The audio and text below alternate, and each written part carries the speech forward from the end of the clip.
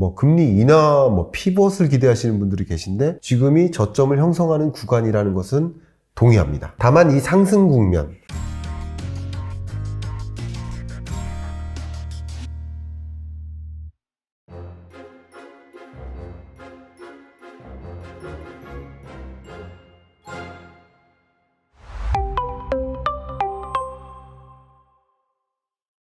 네, 김광석 교수님 모셨습니다. 안녕하세요. 안녕하세요. 네. 반갑습니다. 교수님, 저희가 이제 세 번째 모시는데 정말 교수님이 하신 말씀대로 시장이 척척척 흘러가고 있는 것 같아요. 지금. 썩 기쁘진 않은데 네. 아무튼 이렇게 흘러가고 있는 것 같습니다. 네, 지금. 맞습니다.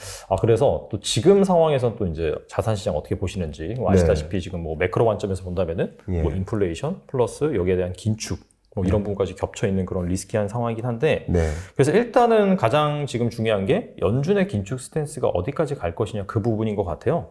최근에 이제 FOMC 통해서 4번 연속 자이언트 스텝을 했고 원래 9월 점도표가 한 내년 기준으로 봤을 때는 한 중립 컨센서스가 한 4.6%? 4.5에서 4.75 사이였는데 더 올린다고 했어요. 그죠?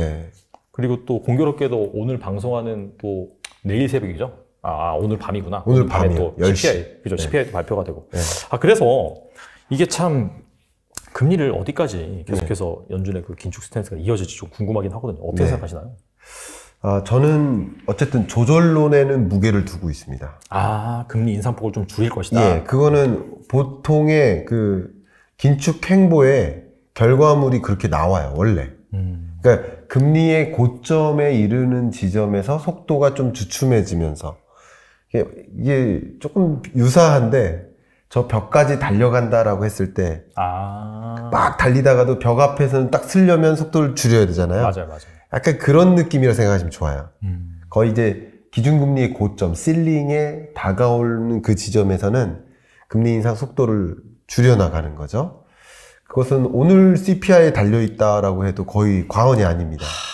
그러니까 결국 오늘 CPI 발표가 촬영일 기준으로 오늘 밤 10시에 발표되는 그 숫자가 시장의 기대치가 지금 7.9라고 보여져요. 7.9, 8.0. 근데 그 기대치를 상회한다? 그러면 자이언트 한 번 더 갑니다.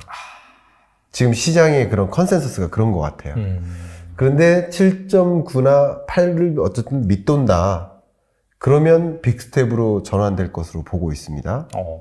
왜냐면 연준 위원도 역시 파월도 그런 식으로 결정하겠다라고 표현을 했기 때문에 그리고 이게 다른 의미가 아니라 금리를 인하하는 게 아니라 금리 인상 속도 조절로는 굳이 자이언트까지는 안 해도 되지 않느냐 라는 논리인 거고 저도 이제 지난주 이제 FMC 위원들 FMC 회의 가서 그들의 어떤 갑론을박을 좀 이제 지켜보기도 했는데 결과적으로 FMC 위원들이 다른 생각을 갖고 있어요. 서로 약간 다른. 당연한 거예요. 왜냐면 상식적으로 보면 우리나라 한국은행 총재와 우리 일본 BOJ 은행 총재가 다른 생각을 갖고 있잖아요. 그렇죠. 그러니까 일본은 그냥 동결이고 우리는 어쨌든 금리 인상하잖아요. 왜냐면 저마다 처해 있는 국가가 다르니까. 역시 미국은 그 거대한 주를 구성하는 연방준비은행 총재들이 각자 다른 생각을 갖고 있는 거예요. 자기들이 지켜보는 게 다른 거예요. 주로 어떤 총재은행들, 특히 매파적 색깔을 갖고 있는 총재들은 상대적으로 이 물가가 정말 문제다 라고 그걸 더 중요하게 보고 있고 어떤 연방준비은행 총재들은 이거 이러다가 시스템 리스크가 정말 생길 것 같아. 이러다가 기업들 도산할 것 같아. 라는 부분을 더 초점에서 볼 수 있고 주마다 여건도 또 다르니까. 우리나라랑 일본이 다르듯이 저는 거의 그 수준이라고 생각해요. 그러니까 FOMC 위원들이 한 명 한 명이 각 중앙은행 총재급이라고 생각을 해요. 그 규모나 여러 가지 관리하는 그 통화정책의 규모나 여러 가지 면에서 봤을 때 결국 스탠스가 다른데 22년 이 11월 FOMC가 어떻게 보면 가장 다툼이 심했었던 시점. 이게 뭐냐면 11월 FOMC 전까지는 거의 다수결에 가까운 의사결정. 당연히 자이언트야. 근데 점차 10월, 11월로 건너오면서 우리는 아무리 봐도 이제 더 이상 자이언트까지는 안 해도 돼 하는 소수의 의견이 거의 중간 정도가 된 거죠. 그래서 되게 재밌는 게 저는 FOMC 회의 결과를 보고 매파에서 살짝 비둘기로 전환됐다. FOMC 페드 위원들이 네. 라고 봤어요. 네. 근데 시장은 아니라고 봤잖아요. 그렇죠. 더 매파다라고 봤잖아요. 어떻게 해석하는 거냐면 시장은 아마 속도 조절론을 얘기할 거야 라고 50을 기대했던 거예요. 매파적 성향을. 근데 파월은 계속 100이었어요. 매파적 성향이. 그러다가 이번 FOMC 때 발표를 하는데 100이 아니라 나는 95야 라고 얘기를 한 거예요. 정확히 얘기하면. 그러니까 저는 파월만 보니까 파월의 입장은 조금 비둘기적으로 전환됐구나 라고 느꼈는데 네. 시장에서는 시장이 기대한 것이 50이었기 때문에 여전히 강한 매파구나 이렇게 판단한 게 아닌가라고 저는 해석을 해요. 그래서 되게 재밌는 칼럼을 하나 썼어요. 이번 주에. 네. 칼럼 제목이 시장의 오해와 파월의 와해. 시장은 계속 오해하고 파월은 계속 그거 오해였음을 불식시켜주고 그런 계속 반복되는 국면이에요. 22년 내내. 그래서 그렇게 표현을 했는데 기본적으로 금리 인상 속도 조절론에 대해서 FOMC 성명서에 밝혔죠. 밝힌 게 뭐냐면 지금까지 우리가 나름 긴축 행보를 이만큼 가져왔는데 뭐 자이언트도 4번 했고 네. 뭐 해왔는데 뭐 테이퍼링 들어간 것까지 하면 긴축한 게 굉장히 많은 거예요. 맞아요. 네. 그죠? 그것을 했는데 지금 여기까지 달려오면서 앞만 보고 달려왔다. 그래서 우리가 뭐 하겠다? 이것의 효과를 보겠다. 효과를 본다는 것은 예를 들어서 경제 활동을 너무 꺼트리는 거 아닌가 하는 것을 보겠다.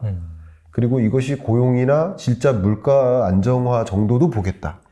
예를 들어서 뭐 7%대 물가면 굳이 내가 뭐 이렇게 자이언트를 계속할 필요가 있느냐 라는 것을 확인해 보겠다는 거고 가장 중요한 게 뭐냐면 시스템적 리스크를 보겠다는 거예요. 그러니까 우리나라 채권 문제나 이런 것처럼 연쇄적으로 이게 기업 도산으로 연결되고 뱅크런이 발생하고 이런 식으로 금융 불안정성이 너무 고조되는 게 아닌가를 확인해 보겠다라는 성명서의 문구가 있어요.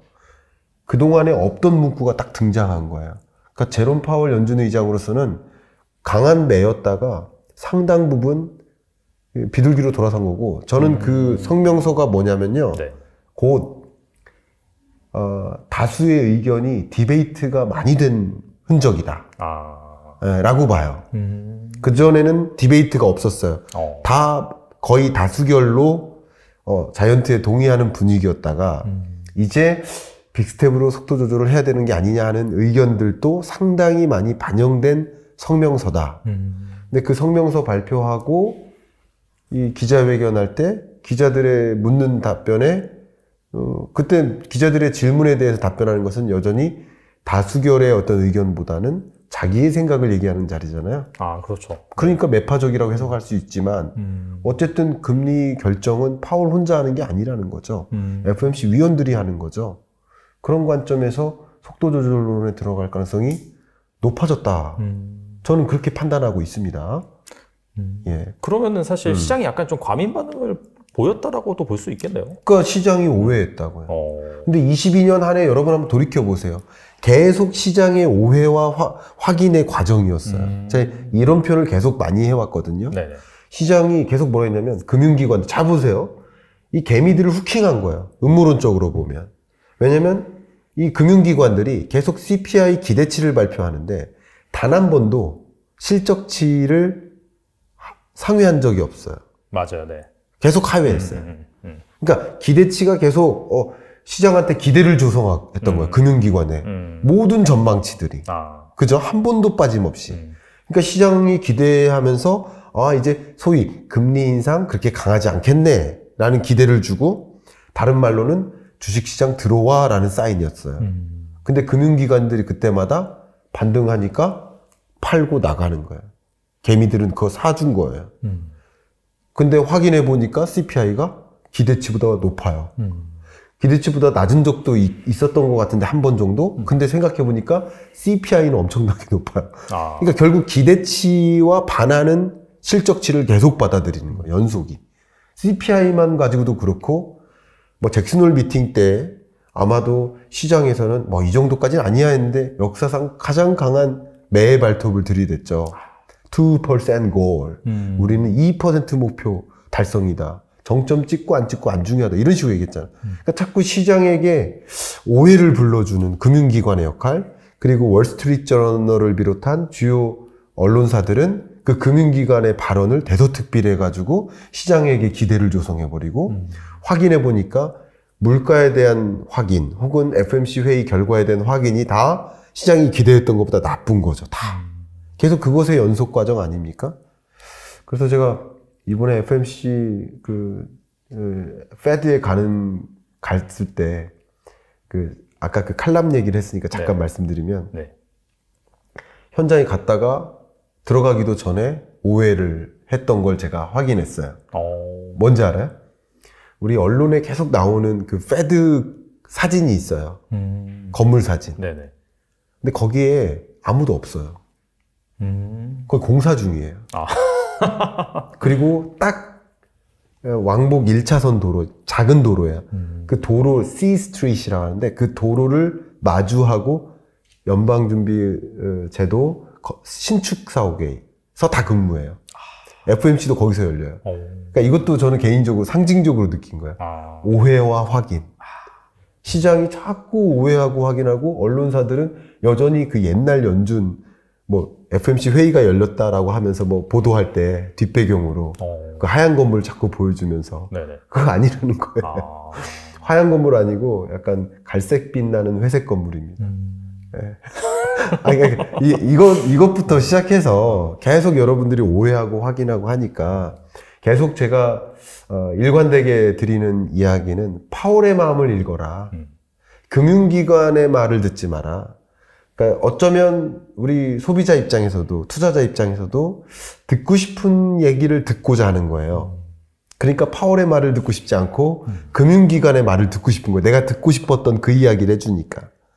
근데 그러지 마시고 나를 그냥 파월로 가정해보자. 아니면 FMC 위원이다 나도. 그러면 어떻게 할까라고 생각을 해보면 듣고 싶은 말을 듣기보다 FMC는 여러분의 주가에 관심 없어요. 여러분의 부동산에 관심 없어요. 물가에만 관심이 있어요. 그러니까 물가 잡기 위해서 그런 행보를 해왔다라는 것을 생각해보고 다만 이제 속도 조절론이 부상하게 된 배경은 그런 것이다. 이제 속도 조절이 들어가는 것이다. 물론 오늘 저녁에 발표되는 그 CPI에 따라 다르지만 그게 속도 조절이 말 그대로 12월에 단행될지 내년 초에 단행될지 그건 누구도 알 수 없죠. 근데 CPI가 나오면 거의 무게를 둘 것 같습니다. 근데 지금도 페드워치에서 아시겠지만 빅스텝의 무게를 더 두고 있어요. 퍼센테이지가. 예. 그 왜 그러냐면 CPI가 8 밑을 찍을 거라고 기대하고 있는 거예요. 그래서 그 기대치에 부합하게 만약에 발표가 되면 오히려 빅스텝에 더 무게를 둘 것이고 기대치를 상회하는 예상보다 뭐 8.2를 찍네? 다시 뭐 8.3, 8.5를 찍네? 혹은 그 CPI 말고 근원 CPI가 뭐 계속 고점을 향해 갱신되네? 그런 종류의 발표를 우리가 확인하게 되면 시장은 또 한 번 놀랄 거죠. 네, 그럴 거라고 생각합니다. 근데 이제 또 한 가지 시선이 파월이 일단 속도 조절 뭐 얘기를 했었고 그 다음에 연준위원회에서 디베이트를 통해서 약간 그런 감론 음박이 있는 것 같긴 한데 일단은 지금 점노트보다 더 높게 올라갈 것이다 라고 하는 거는 어떻게 본다면 확실하게 좀 얘기를 한 부분이잖아요. 그러니까 속도 조절을 하긴 하더라도 상단은 더 높게 올라갈 것이다. 사실 그 부분 때문에도 약간 시장이 좀 충격을 먹은 것 같긴 한데 그 부분 같은 경우에도 사실 지금 상황에서 얘기를 하는 것보다는 말씀하신 CPI 이 데이터가 어떻게 나오냐에 따라서 확실히 더 올라갈지 말지가 좀 결정된다고 볼 수 있을까요? 저는 그렇게 생각합니다. 왜냐하면 어쨌든 파월도 FMC 위원들도 지금 디베이트가 많이 이루어지는 상황이기 때문에 결국 데이터에 따라 하겠다. 그러니까 이제 결국 우리가 강하게 인식되는 그 문구는 언론에서 딱 강조했던 그 문구밖에 없을 거예요. 그래서 상단이 더 올라갈 거다 뭐 이런 거. 근데 데이터에 따라서 물가가 안 잡히면 우리는 상단을 더 올려서라도 하겠다라는 의중일 거예요. 근데 그 데이터에 따라서라는 것을 이제 빼고 상단 뭐 이렇게만 표현하니까 조금 더 그것에 입각해서 움직이는 가능성이 있는 것 같고요. 결국은 물가에 따라 달린 겁니다. 모든 연준의 이 의사결정이 물가만을 놓고 지금 달려가는 모습이니까 물가가 잡힐 경우 금리 인상 속도가 생각보다 빨리 조절될 수는 있는 것이죠. 다만 물가가 빨리 잡히기는 쉽지 않다. 네, 그걸 오늘 방금 방송에서 어떤 얘기를 했냐면 네. 밀크플레이션 이라는 단어가 좀 부상했어요. 맞아. 최근에 막 우유 가격, 뭐 생가격 엄청 오른다고 얘기 나오고. 이게 왜 그런지, 왜냐면 저도 이제 올해 초에 서울우유에 다녀왔었어요. 그러면 서울우유 조합장님이 네. 이 목장주들, 그러니까 이게 공급업체인 거예요. 네네. 삼성전자 1차 벤더가 있듯이 목장주분들이 공급업체예요. 그럼 공급업체의 관계를 잘 이끌어가는 게 중요한 경영 전략 중에 하나예요. 그래서 그 자리에 제가 갔었는데 22년 중반까지 사료값이 계속 올랐죠. 그리고 중반 이후에 계속 강달러 기조가 나왔죠. 결국 사들여오는, 수입해오는 사료값이 밀콩, 옥수수 같은 거 가격이 계속 안 잡힌 거예요. 그러니까 정말 힘들어했습니다.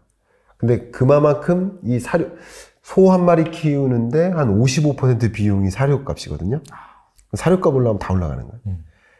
근데 그렇다고 우유값을 마음 놓고 올릴 수가 없었던 거예요. 뭐 물론 물가 안정화를 위한 정부의 눈치도 있고 뭐 우회적인 압박도 있었겠죠. 전 그렇게 생각을 합니다만 우유값 오르면 진짜 이거는 되게 힘든 일이거든요. 서민들 입장에서.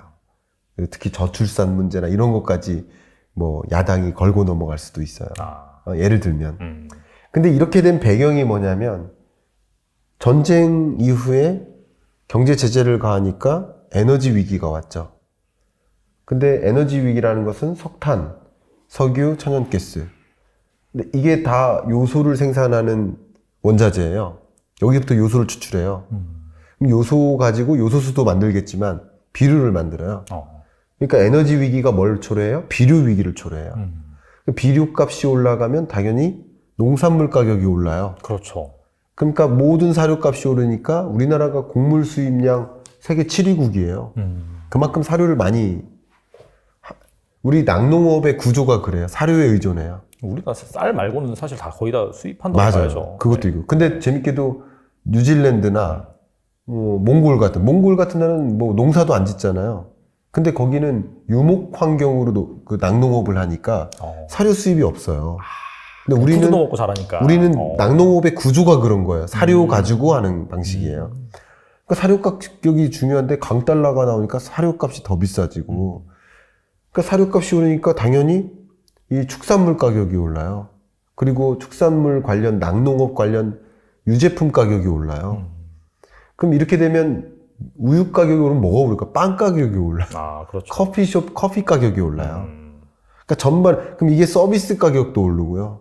그럼 그런 것들이 반영되면서 계속 이걸 소용돌이라고 합니다. Deflationary spiral 혹은 Inflationary spiral. 한번 고물가가 찾아오면 고물가에서 헤어나올 수가 없어요. 네. 디플레이션도 마찬가지. 이런 악순환의 고리에 처해 있는 환경인 거예요. 그러니까 인플레이션이 당장 잡히리라 생각하기는 어려워요. 원래. 근데 정점은 찍은 거로 판단합니다만 정점 찍었다 하더라도 8% 이건 굉장히 높은 물가잖아요. 우리나라도 6%, 5%는 굉장히 심각한 물가 상승률이에요. 결국 물가를 잡기 위해서는 높은 금리가 필요하다라는 것은 계속 유지됩니다. 그래서 뭐 금리 인하, 뭐 피벗을 기대하시는 분들이 계신데 그것은 생각보다 어려울 것이다. 그건 어렵고요. 금리 인상 속도 조절인 거고요. 그러니까 여전히 긴축 행보인 거예요. 다만 예를 들어 7을 찍었으면 그러면 빅스텝으로도 잡힌다. 이미 많이 높다. 네네. 그런 의미라고 볼 수 있겠죠. 이게 기업들이 금리에 굉장히 민감해서 움직여요. 우리 가계도 금리와 민감하지만 그리고 민감하게 움직이는 게 합리적 투자 의사결정이에요. 어떻게 7%의 대출 금리를 끼고서 주식 투자를 하냐 이거예요. 주식 투자에서 7% 벌기가 쉽지 않아요. 그렇죠. 그러면 7% 벌어도 0%잖아요. 금리에 민감하게 우리가 투자 의사결정하는 게 맞아요. 그러면 기업들도 마찬가지죠. 차량용 반도체 수익률이 한 10% 되거든요. 수익률이. 그러면 대출금리가 10%면 이거 하겠습니까? 신산업? 안 하죠. 그러니까 기업들한테 이게 경기 침체의 국면인 거예요. 그러니까 높아진 금리가. 그러니까 여기서 조금만 더 올려도 충분히 효과가 있다. 투자 위축, 소비 위축으로 된다. 이미 4%면 높다. 그러니까 추가적으로 자이언트까지는 안 해도 된다. 하는 게 금리 인상 속도 조절론인 거니까. 네. 이게 금리 인하론하고는 전혀 다른 거니까 그건 오해하시면 안 되겠다고 생각합니다. 그러면 사실 약간 시장별로는 좀 다르긴 한데 네. 우리나라 시장이 희한하게 최근에 좀 많이 올라왔어요. 사실 맞아요. 코스피 지수 같은 경우에는 저점 대비 한 13% 정도 네. 반등을 했다라고 하는데 네. 이게 이제 어떻게 본다면은 약간의 좀 희망회로 네. 그런 것들을 좀 돌린 거라고 볼 수가 있는데 방금 교수님이 말씀하시는 그런 논리에 입각해서 본다면은 네. 여전히 긴축 행보기 때문에 지금 같은 상황에서 막 주식을 올라갔네라고 해서 적극적으로 사면 위험할 수도 있겠네요. 그러면. 그래서 제가 22년 연내에는 주식 투자하는 것이 아니다라고 그래서 말씀드렸었던 거고요. 22년은 어쨌든 이게 비교 대상 수익률이 금리인 거죠. 그렇죠. 맞아요. 그러니까 무위험 투자 수익률이잖아요. 그러니까 그냥 저축하면 5% 금리를 준다. 그럼 5%의 수익을 준다. 그럼 그게 잣대가 되는 거예요. 또 이런 시장에서 5%를 못 볼 거라면 저축이 낫다. 이 뜻인 거죠. 네. 근데 저는 이제 주식시장만큼은 선행성을 굉장히 강하게, 여러분들도 다 그렇게 생각하실 거고요. 그러면 이제 금리라는 것이 언제 다 반영될까? 그게 고점으로부터 6개월인 거죠. 맞아요. 그죠? 네. 그러면 고점 상단이 23년 2분기에 찍을 거라고 한다면, 그럼 그로부터 6개월 전이면 22년 끝자락에 저점이 형성되는 구간이다. 그죠? 이렇게 그냥, 산술적으로는 계산해 볼 수 있을 것 같아요. 근데 여기서 추가적인 긴축이 있을 수도 있고, 왜냐면 추가적인 고물가가 올 수도 있으니까. 맞아요. 네. 그런 것에 따라서 이게 좀 달라질 수 있고, 추가적으로 반영될 수는 있지만, 그러니까 업앤다운이 있겠지만, 그런 면에서 23년 1, 2분기 정도의 고점을 찍고 동결로 갈 것이기 때문에, 금리 요놈 때문에 주가가 잡히는 일은 22년 끝자락에 다 찾아온다는 거죠. 그러니까 저는 그래서 지금이 저점을 형성하는 구간이라는 것은 동의합니다. 일단은 저점이냐 고점이냐를 판단하는 것은 금리를 가지고 판단하는 게 맞다고 저는 해석을 합니다. 네. 여러분들도 그렇게 동의하신다면 하시는 거예요. 다만 이 상승 국면, 상승세나 뭐 이런 것들은 경기와 민감하죠. 경기와. 그렇죠. 네. 그러니까 경기 침체랑 이따가 또 말씀 나누겠지만 경기 침체라는 것이 피할 수 없는 것이라고 한다면 저점을 찍고 회복은 되겠지만 그렇게 막 드라마틱한 회복은 어렵겠다. 주가라는 측면에서. 그렇게 말씀을 드린 것이고 경기 침체 오니까 주가 떨어진다라는 것이 아니라 금리와 더 선행해서 움직이는 거고 경기 침체는 그 정도를 보여주는 것이다. 저는 그렇게 생각하고요. 쉽게 말하면 기업들의 실적이 어두울 것이라는 거예요. 경기 침체는 곧 GDP 규모의 축소나 증가세가 둔화되거나 이거니까 모든 기업들의 실적의 합을 가지고 표현해 본다면 많은 기업들의 실적이 어려울 가능성이 높은 거예요. 그렇기 때문에 실적 자체가 좋지 못하기 때문에 유동성 장세는 끝나는 거고요. 그죠? 굳이 구분한다면 20년에서 21년은 유동성 장세인 거죠. 네. 다른 요인이 아니라 유동성 때문에 주가가 올라갔던 거예요. 누가 잘해서가 아니죠. 네. 그리고 22년은 역유동성 장세인 거죠. 긴축에 따른 어떤 기업이 아무리 잘했어도 주가가 떨어졌던 구간인 거죠. 근데 22년 끝자락부터 23년은 정말 말 그대로 실적 장세라고 생각합니다. 역실적 장세겠네요, 그러면? 그렇다고 볼 수 있는 거죠. 그러니까 실적에 따라 좌지우지 된다라는 거죠.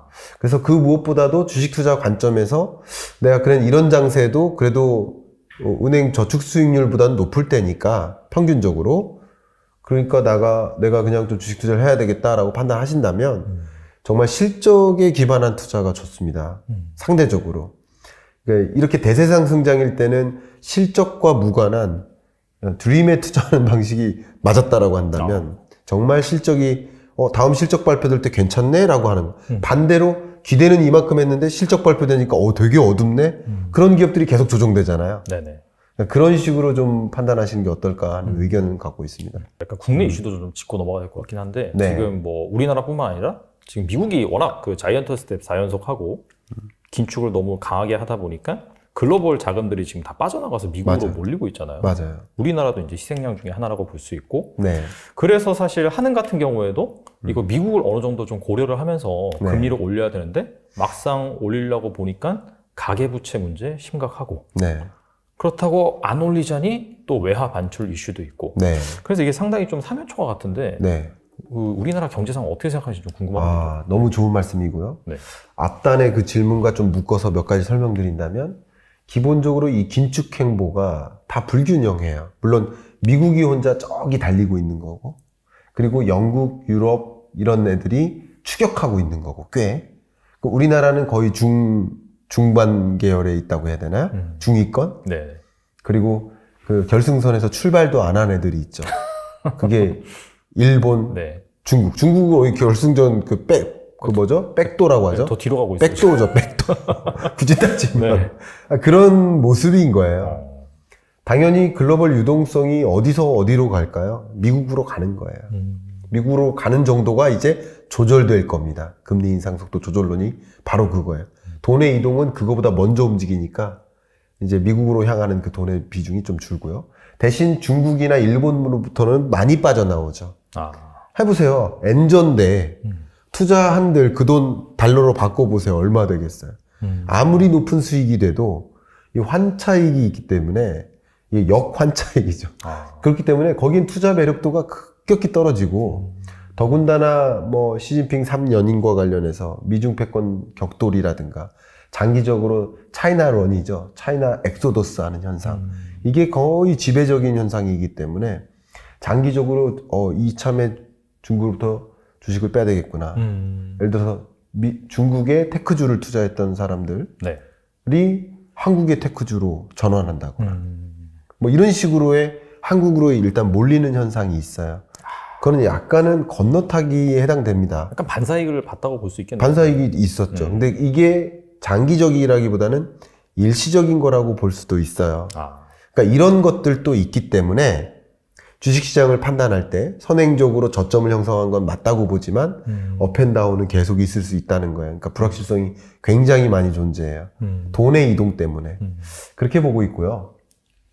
방금 주셨던 그 질문 관점에서는 제가 지금부터는 조금 극단적으로 표현해 볼게요. 그래야 여러분들이 이해하시기가 좋아요. 네. 극단적으로 말씀드리면 네. 한국은행은 가계부채에 관심 없어요. 진짜요? 한국은행은 부동산 가격에 관심 없어요. 한국은행은 주식시장에 관심 없어요. 한국은행의 관심은 그냥 물가입니다. 그렇게 좀 극단적으로 말씀드렸지만 그렇게 말씀드리면 조금 더 이해가 쉬울 것 같아요. 부동산은 국토교통부의 일이에요. 남일이라는 거죠. 가계부채, 금융위의 일이에요. 한국은행이 신경 쓸 일이 아니에요. 극단적으로 말씀드리면. 주식시장? 그건 다 개인의 일이죠. 그죠, 우리나라 증권사들의 일이죠. 한국 주식시장 떨어서 자산가치 하락해가지고 이러다가 경기 침체 올 것 같아. 여전히 경기도 어떻게 보면 그거는 행정부의 일이에요. 굳이 따지면. 그거는 재정정책 잘해서 경기 부양해 라는 입장이에요. 굳이 따지면. 중앙은행은 역시 물가입니다. 물가 안정을 못하면 중앙은행이 있으나 마나한 거예요. 이해가시죠? 한국은행법 1조 1항이 물가 안정이니까.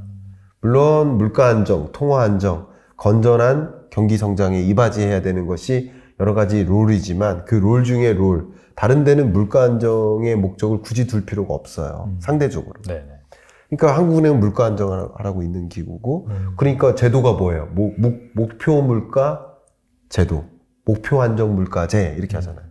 목표 물가를 상정해 놓고 2%라는 고를 이루기 위해서 권총을 준 거죠. 권총이 뭐예요? 권총이 통화 정책이죠. 이게 정책의 목표고, 목표 안정 물가. 그리고 그 목표를 이루기 위해서 권총을 줬는데 그게 금리 인상이나 동결, 유동성 공급 여부, 지급 준비율, 이런 통화 정책이라는 권총을 준 거예요. 이 권총 가지고 그 타겟을 맞추는 거예요. 그게 중앙은행의 역할이니까 가계부채 문제 때문에 금리 인상 어렵다? 물론 그것으로 우회적으로 금융 불안정이 야기되고 시스템 리스크 있고 이것도 봅니다만 일단 우선시하는 그 정책은 이게 정말 가시적으로 시나리오를 돌려봐도 큰 문제가 있다고 판단이 내려지지 않는 한 일단 물가를 안정화시키고 나머지를 그 다음 챙기는 게 우선이다. 굳이 이런 이야기를 하는 게 전반적으로 파월도 그렇고 우리나라 중앙은행 총재도 그렇고 같은 방식인 거죠. 다 같은 방식. 같은 방식으로 일단은 경기 침체 와도 좋아. 어쩌면 경기 침체가 와야만 해. 와야 물가가 잡혀. 그렇죠. 라는 입장이라고 해석하는 게 맞겠죠. 그렇죠. 예. 그러니까 물가가 잡히려면 수요와 공급을 균형화해야 되는데 공급을 늘릴 수 있는 수단은 없는 거죠. 통화당국이. 근데 통화당국의 역할은 이걸 유지하거나 놔두거나 떨어뜨리거나 하잖아요. 수요를. 수요를 유지하려면 저금리인 거고 수요를 떨어뜨리려면 고금리인 거죠. 제가 앞에 말씀드렸던 것처럼 고금리 상황이 오면 기업들은요. 정말 즉각적으로 대응합니다. 사업 규모 조절이라든가. 왜냐면 그게 수익성과 밀접하니까. 금리가 이렇게 높은데 신규 투자한다? 그거 굉장히 위축됩니다. 다 사업 영역을 정리하는 게 기업들의 고민이에요. 뭐를 정리할까? 뭐를 더 해볼까가 아니라 기존에 하던 것 중에 뭐를 정리할까? 이게 수순이 그래요. 그러니까 투자 위축이 오면 당연히 많은 기업들이 사업 규모 조정하고 그건 이제 고용 위축으로 오고 그러면 자연스럽게 우리 이 가게 입장에서는 뭐 우리는 고용을 안 잃어요라고 하실지 모르지만 고용을 잃는 계층이 있기 때문에 총 고용이 축소돼요. 그러면 총 소득이 주는 거예요. 평균 소득이 주는 거예요. 1인당 소득이. 네. 그럼 소득이 줄면 1인당 소비 지출이 줄잖아요. 근데 1인당 소비 지출이 하겠지만 그 1인당이라고 하는 1인, 인구가 또 줄잖아요. 제가 갑자기 인구 얘기를 꺼낸 것은 단기적인 이런 경기 이슈와 장기적인 인구 문제가 지금 같이 만난 거예요. 전 그게 굉장히 무섭습니다. 왜냐하면 마침 어제 KDI에서 장기 전망을 했거든요. 장기 전망이 좀 쉽지 않아요. 근데 OECD 같은 데서도 한국의 장기 전망 했었어요. 근데 2050년까지의 장기 전망 레벨이 과거에는 뭐 3.5, 4 이러다가 이렇게 떨어지다가 지금 2, 1.5, 1.0, 0.5 이게 장기 전망이에요. 그러니까 그럴 수밖에 없는 것은 크게 무게를 두는 게 인구 구조 변화예요. 왜냐하면 생산 연령 인구가 줄죠. 네. 이건 노동력 축소예요. 그러니까 GDP를 구성할 때 우리 그 잠재 성장률 계산할 때 그 기여도가 있는데 네. 하나가 노동이고 그 다음이 자본이에요. 나머지가 좀 어려운 표현인데 총 요소 생산성이라고 합니다. 근데 어쨌든 이 노동이라는 영역이 계속 줄기 때문에 생산 연령 인구가 줄고 그리고 역동성은 줄죠. 왜? 부양자들은 많아지니까. 고령층은 많아져요. 네. 그래서 과거에는 2명이서 4명을 부양하다가 이제 1명이서 5명을 부양해야 돼요. 구조가 예를 들어 이렇게 가요. 그 국가의 국민연금만 생각해도 그런 거죠. 낼 사람은 없는데 받을 사람은 많아지는. 그러니까 그런 게 이제 전반적으로 가분수화되는 거예요.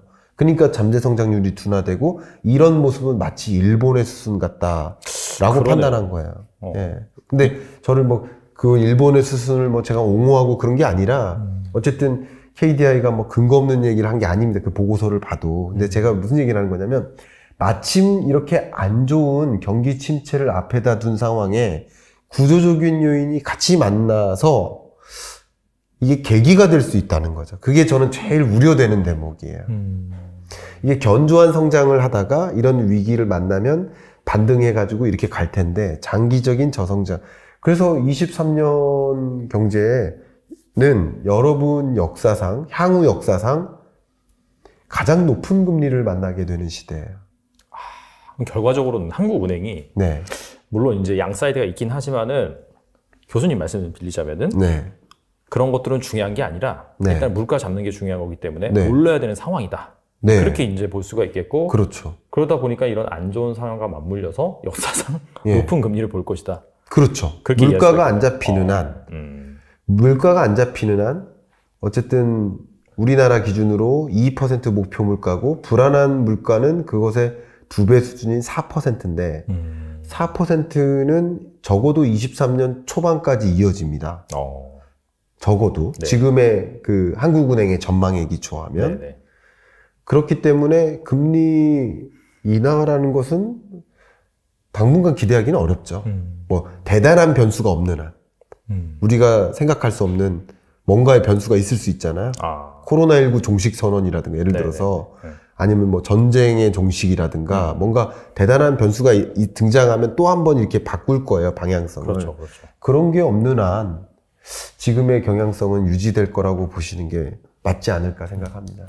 근데 이 문제가 또 뭐냐면은 최근에 그 레고랜드 말 또 회사채, 뭐 회사채뿐만이 아니라 뭐 국채도 마찬가지긴 한데 그런 신용 경색 위기가 한번 왔었잖아요. 근데 그게 이제 꺼지지 않고 최근에 이제 흥국생명 같은 경우에도 원래 연구체 같은 경우에 상환을 해줘야 되는데 또 이게 자금 조달하기가 힘들다 보니까 또 안 해준다고 했다가 다시 이제 또 시장에서 신뢰를 잃을 것 같으니까 해준다라고 번복을 하면서 결과적으로 지금 회사채 시장, 국채 시장, 채권 시장이 다 안 좋은데 근데 말씀하신 것처럼 금리를 이렇게 올려버리면은 사실 더 안 좋아지는 거잖아요. 더 안 좋아지지.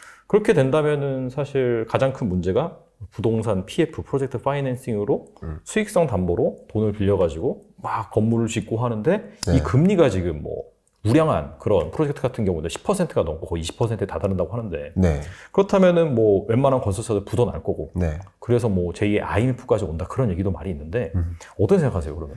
그러니까 제2의 IMF 외환 위기는 아니고 경제 위기, 금융 위기에 가깝죠. 그러니까 저는 이제 위기라고 하더라도 어떤 위기의 성격을 갖고 있는지를 좀 구분하시는 게 좀 좋겠다라는 생각이고. 그러니까 외환 위기는 외국으로부터 빌린 돈을 못 갚는 거고 국내 자체적으로 자금 마련이 어려워서 자금 조달이 안 돼서 돈맥 경화 때문에 발생하는 그거는 이제 금융 위기 성격이 좀 강하다 이렇게 생각을 합니다.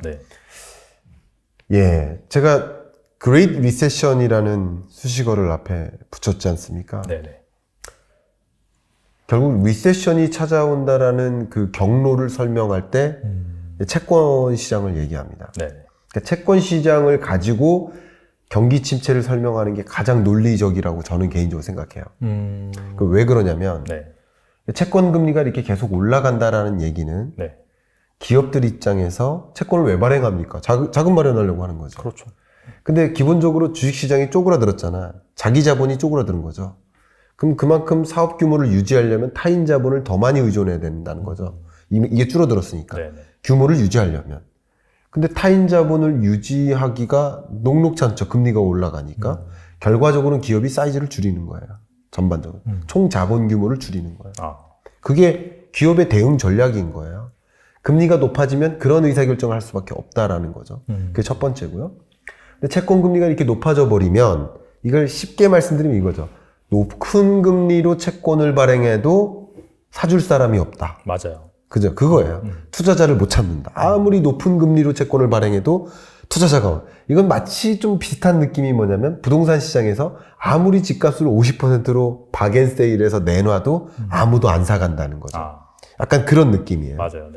그러면 이게 결과적으로 심지어 아까 말씀 잘 해주셨는데 공공채들도 뭐 한전채라든가 혹은 뭐 한국도로공사 대표적인 예죠. 과천도시공사 뭐 이런 공공성을 갖고 있는 채권들도 매각이 안 돼요. 한전채가 AAA 등급이에요. 한전채도 다 매각이 안 됐어요.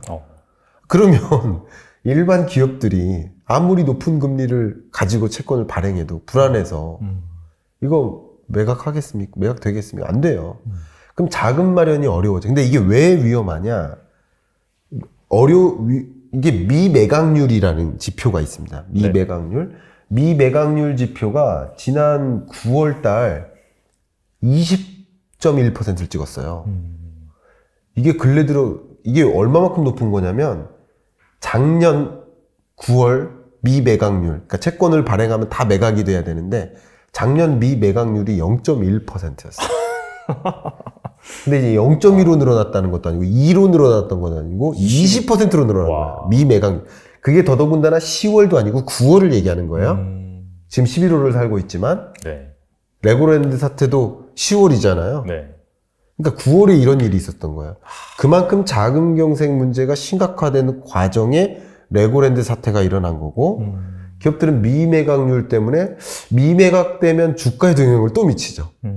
우리는 이 기업은 채권 발행했는데도 미매각되네? 이 기업은 주식 투자하면 안 되겠네라는 생각을 주는 거야. 그러니까 함부로 발행할 수도 없어요. 그러니까 발행을 하지 않는다는 얘기는 결국 사이즈를 줄인다. 사업 규모를 줄인다. 매각 처분한다. M&A 시장에서 인수합병으로 판다. 이런 의사결정이라고 볼 수 있어요. 근데 이런 과정에서 정말 저는 개인적으로 걱정되는 그 시점은 채권 만기가 도래한다 이거죠. 채권 만기가 집중적으로 도래되는 시점이 23년 상반기입니다. 대략 한 50조 원가량의 채권 만기가 도래합니다. 근데 보통 기업들이 채권 만기가 도래해요. 그러니까 이 투자자가 와서 만기 됐으니까 갚으세요 이거예요. 네. 보통 기업들은 어쨌든 타인 자본에 의존하는 그 비중이 있기 때문에 만기가 도래한다고 갚지는 않아요. 다시 채권을 발행해서 그렇죠. 차환하는 거예요. 맞아요. 네. 이걸로 그죠? 이게 나쁜 말로는 돌려막기인데 그 기업들은 그게 경영 전략인 거예요. 재무 전략.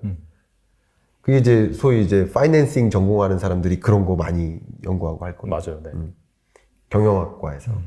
근데 마치 그런 것처럼 이제 이게 이루어져야 되는데 앞에 말씀드렸듯이 지금도 발행해봐야 매입이 투자자를 못 찾는데 그럼 만기가 도래했을 때 어떻게 할까?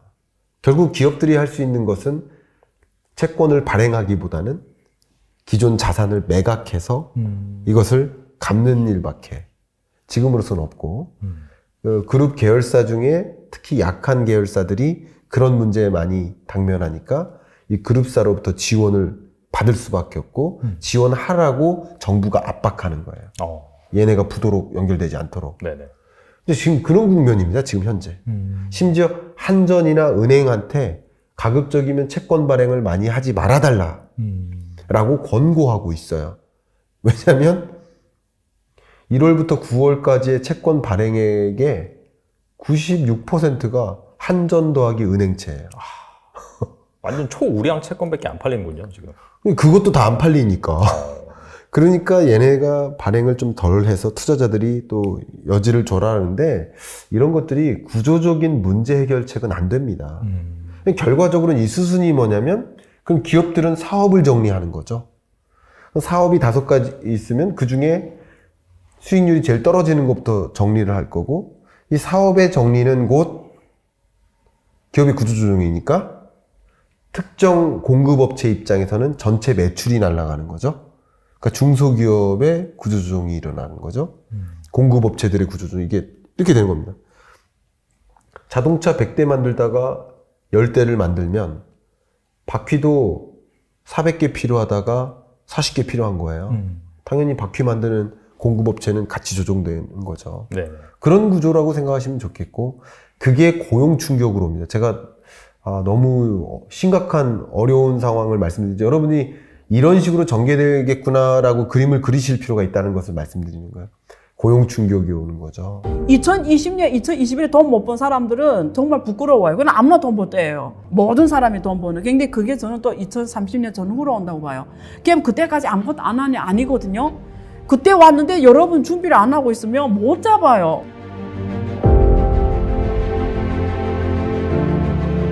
그럼 여러분 기술의 판이 바뀐다는 거예요. 지금은 또 새로운 기술을 기반으로 해서 새로 50년 주기가 시작되는 시점에 와 있다. 근데 여러분 운 좋게 지금 이 시장에 숨쉬는 사람들은 그 50년 기회가 한번 잡을 수 있게 됐다는 거예요. 어려운 게 아니거든요. 사람들이 어렵게 보거든요. 투자라고 하면은 전혀 아닙니다. 모를 때는 어려워요. 알면은 쉽거든요.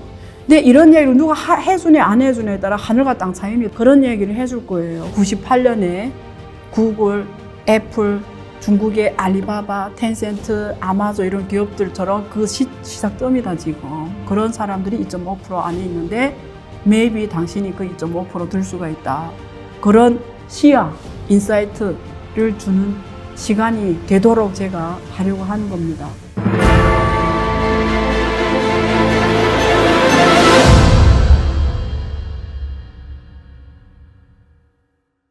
그러면 정말 소득이 줄어드는 거예요. 평균 소득이. 그게 경기 침체로 가는 수순이라는 거죠. 결국은 채권에서부터 옵니다. 그러니까 금리가 높으면 이런 일이 벌어지는 거죠. 물론 그런 걸 우려하면 할수록 결국 이 금리 인상 속도 조절론에 무게를 두는 FOMC 위원들의 발언이 바로 이런 겁니다. 미국에도 이런 일이 있을 수 있고 그런 것들이 우리 주에 문제가 되니 이제 속도 조절해야 된다.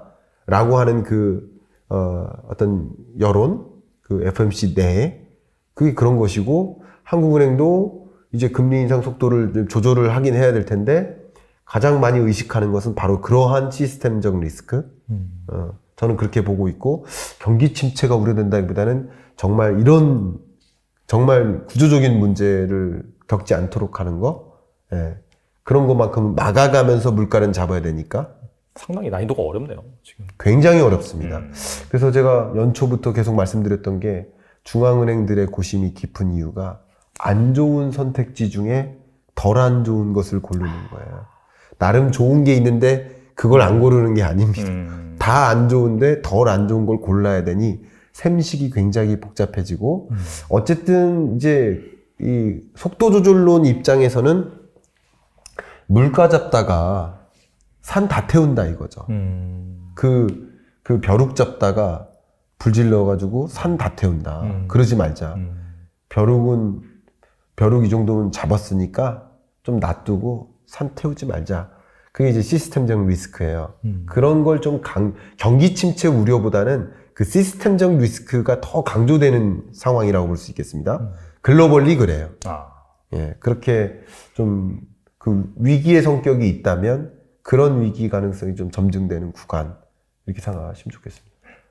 알겠습니다. 일단 시기열을 조금 더 뒤로 가서, 네. 어쨌거나 지금 이러한 그 여러 가지 문제가 산재되어 있는 그런 부분이 결과적으로는 해결되기 위해서는, 네. 아까 이제 얘기가 나오긴 했지만 피봇이 좀 나와야 되잖아요. 완화적인 스탠스로 좀 돌아가야 되잖아요. 네. 그런 차원에서 이런 시점이 언제가 될 것이냐에 대한 시장의 관심이 커지고 있는 상황인데, 일각에서는 뭐 유럽, 중국, 일본, 네. 이 중에서 하나가 뭔가 터져서 좀 박살이 나야지, 가장 가능성이 큰 국가로는 지금 EU, 특히나 영국처럼 네. 그게 이제 예상이 되긴 하는데, 네. 그래야지 이제 좀 긴축 스탠스가 바뀔 것이다, 그런 얘기가 있는데, 여기에 대해서 어떻게 생각하세요? 그거는 맞습니다. 물론 이제 터지기를 바라면서 그렇게 금리 인상하는 거라고 저는 생각하지는 않고요. 네. 어쨌든 그냥 다른 나라를 바라보기보다는 자국을 보는 거고, 바이든 입장에서는 그렇게 강달러를 유지하고 금리 인상 행보를 지지한다라고 발언했던 그런 모든 것들은 정치인이니까 정치인으로서 표를 얻기 위한 노력인 거고, 자기 표밖에 안 보이는 거고, 파월 의장은 어쩌면 자기의 어떤 실력, 그런 것을 국민들한테 보여주기 위한 거라고 볼 수 있지 않을까. 어쨌든 자국 관점에서 보는 거지, 이렇게 해서 전의 나라를 무너뜨려서 금리 인하한다, 이렇게까지는 생각하리라고까지는 저는 판단하지 못합니다. 잘 모르겠습니다, 그런 거는. 네네. 그렇게 저는 그림을 그리고 있고요. 다만 결과론적으로 이렇게 달려갔을 때 누구 하나 쓰러지면 그것은 정말 리스크가 도미노처럼 나타나거든요. 네. 그런 것들, 이제 특히 신흥국발의 가능성도 높고, 몇몇 취약 신흥국들 혹은 영국이나 취약 유러피언 국가, 이들이 좀 취약한 국면들이 좀 많이 보여요. 남유럽 국가들, 이런 국가들의 진짜 시스템적 리스크가 발생하면 급격히 이 금리 인상 속도 조절이나 피벗에 대한 얘기가 점증될 수 있고요. 그러면 그것은 이제 위기 때 급격히 조정 한번 되고 불확실성 고조되면서 주가도 더 떨어지겠죠. 네. 그 이후에는 이제 또 피벗에 대한 이야기가 좀 무게에 실리면서 이제는 좀 기회가 또 올 수 있죠. 그렇게 되면 좀 V자에 해당되는 시나리오라고 볼 수도 있어요. 만약에 그런 식으로 전개되면. 네. 다만 저는 이제 피벗이 있게 되면 어떻게 될 것이냐, 저는 그림을 어떻게 그리고 있냐면, 목표 물가를 조정할 것으로 보고 있습니다. 그러니까 우리가 지금 갖고 있는 이 목표 물가 2%는 네. 2010년대에 등장한 거예요. 그전에는 더 높았나 보네요. 예. 과거에는 우리도 뭐 3.5가 목표 물가인 적도 있고, 마치 신흥국들처럼 그 특정 신흥국들은 목표 물가가 3.5, 4이기도 하죠. 나라마다 다른 거죠. 원래 신흥국들은 고성장, 고물가, 고금리. 맞아요. 네. 이 선진국일수록 저성장, 저물가, 저금리. 그죠? 이런 구조니까 우리도 막 가파르게 달려갈 때는 고물가, 고금리였잖아요. 목표 물가도 2%가 안정적인 게 아니라 뭐 3.5, 4가 안정적이다라고 봤을 때가 있어요. 근데 어쨌든 근래 경제에서 2%를 목표 물가로 선정하게 된 배경은 이 물가 상승률이 2%가 채 안 됐기 때문이에요. 그러니까 너무 낮은 물가, 디플레이션이 걱정됐어요. 맞아요. 기억하시죠? 2020년, 21년 마이너스 물가도 몇 번 찍고 이러다가 디플레이션 오는 거 아니냐. 그리고 일본처럼 가는 거 아니냐.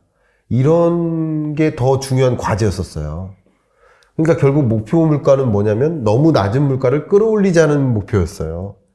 2%는 돼야 되지 않느냐. 이런 기조였던 거죠. 근데 어떻게 보면 목표 물가 자체가 타겟 인플레이션 자체가 뉴노멀이 될 수 있다는 거죠. 2.5나 3으로. 왜냐면 왜 3%가 뭐가 문제냐 이거예요. 그때부터는. 3%도 괜찮다. 3%가 우리 경제에 가장 적당한 물가다라는 것을 그냥 파월이 혼자 선언하진 않고요. 그런 부분에 대해서 논의 절차를 거치겠다. 뭐가 맞는 목표 물가인지.